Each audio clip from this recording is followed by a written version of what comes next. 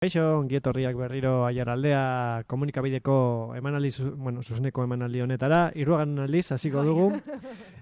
Izan ditu, arazo tekniko batzuk eta berriro ekingo diogu elkarrizketa hasteari.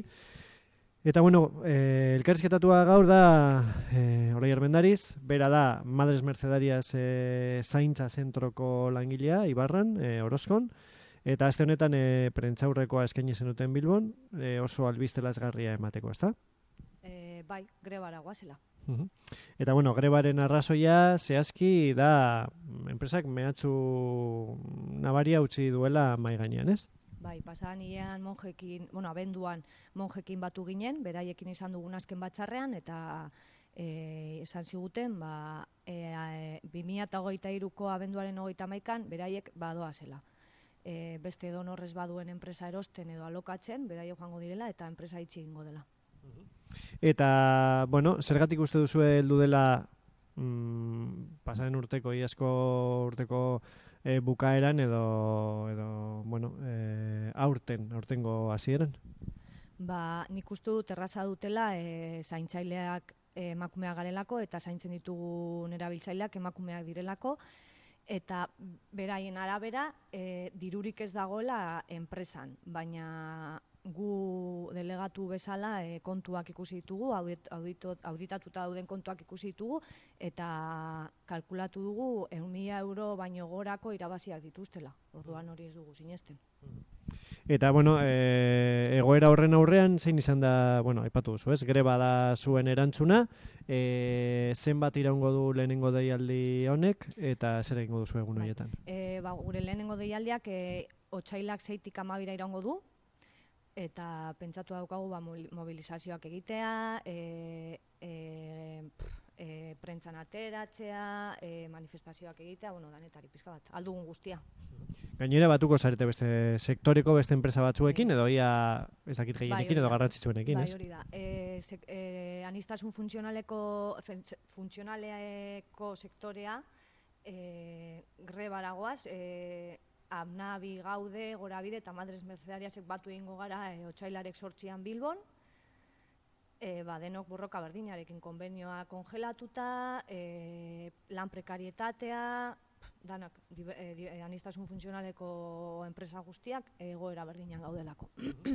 Eta zuen kasuan, sektorearen kasuan, orokorremen zuen kasuan, apur bat, ez dut esango bake soziala zela lehen nagusi, baina egia da, 2019tik ona, borroka zikloa abiatu zenutela, eta egun nahikotxo eten duzuela lanaldia, eta ez dela bapateko egoera egungoa, ez? Ez, 2018an monjek Fundación Aliadoseko enpresari zurrogatu gintuzten, eta enpresa horrek sartu eta monjekin geneukan pakto bat kendu ziguten, eta hortik aurrera borrokatzen hastea erabaki genuen. Gure lanaldia handitu zuten, eta soldatak izoztu zituzten. Eta, bere garaian, pandemian eta asko egon zen guztion hauan, zaintzak erdigunera pasa behar zirela eta zaintzen beharra, zein da benetan zaintzaileen egoera eta zeintzuk dira zuen lan baldintzak? Oso prekarizatuak egon ginen, ia armozu deskantxorik ez, goiz guztia zutik, erabiltzaile bakoitza bere gelan, azkenean lan pilo bat eta langile gutxi. Eta soldataren aldetik adibidez, zuek dituzuen soldatak, nahiko apalak dira, ez? Bai, 1.000 euroko soldatak, bederatxiron 1.000 euroko soldatak. Eta zuen lanaldiak zenbat irauten du? Astebetean, adibidez, zenbat orduren egiten dituzue? Egunean 7 ordu, bakoitzak kontratu ezberdina dauka. Baina gure lanaldi osoa 1.684 ordukoa da. Eta gu gaude eskatzen paktuan geneukana dala 1.648 orduko lanaldia izatea. Eta, egia da, hemen bi alde kaltetu daudela, alde batetik zaudete zuek, ez langilearen kolektiboa, eta baina gero ere badaude erabiltzaileak, ez? Erabiltzaileak zuk esan bezala dira 73 emakume, bueno, aniztasun funtzionala dutenak. Zein izango litzateke euren egoera Ibarrako zentroa itziko balitz?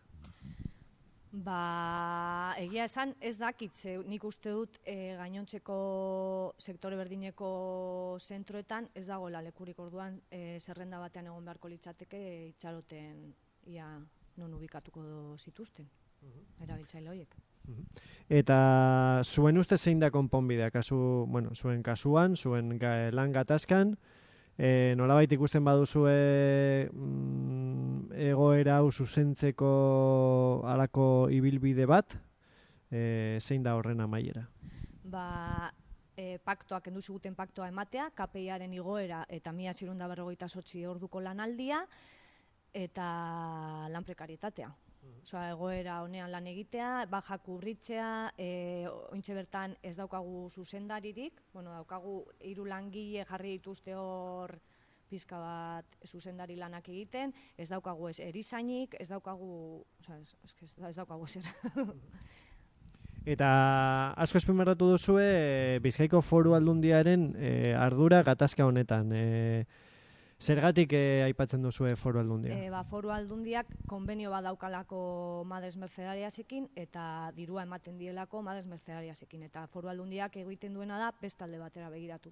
Dirua eman egiten du eta zaintza oso garrantzitsua dela, baina non dago zaintza. Prekarizatua badaude langileak.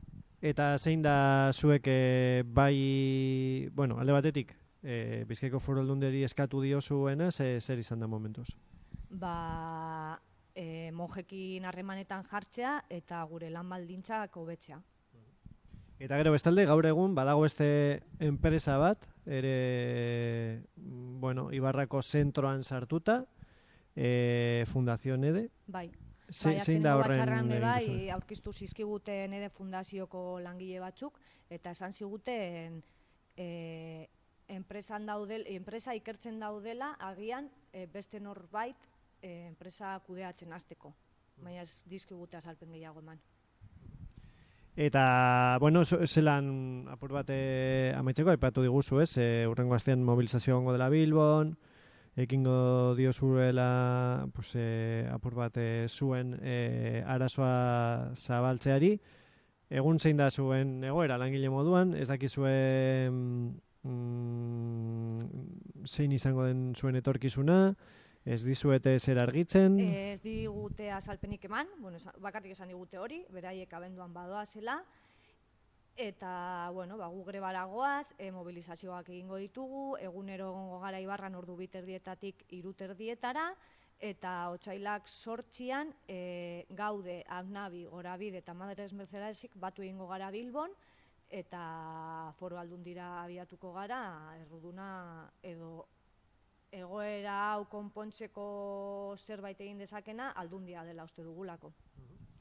Laia, mil esker, zuen egoeraren berri emateagatik, eta animo eta sorte handia. Animo eskota sorte handia. Eskerrik asko eta mil esker.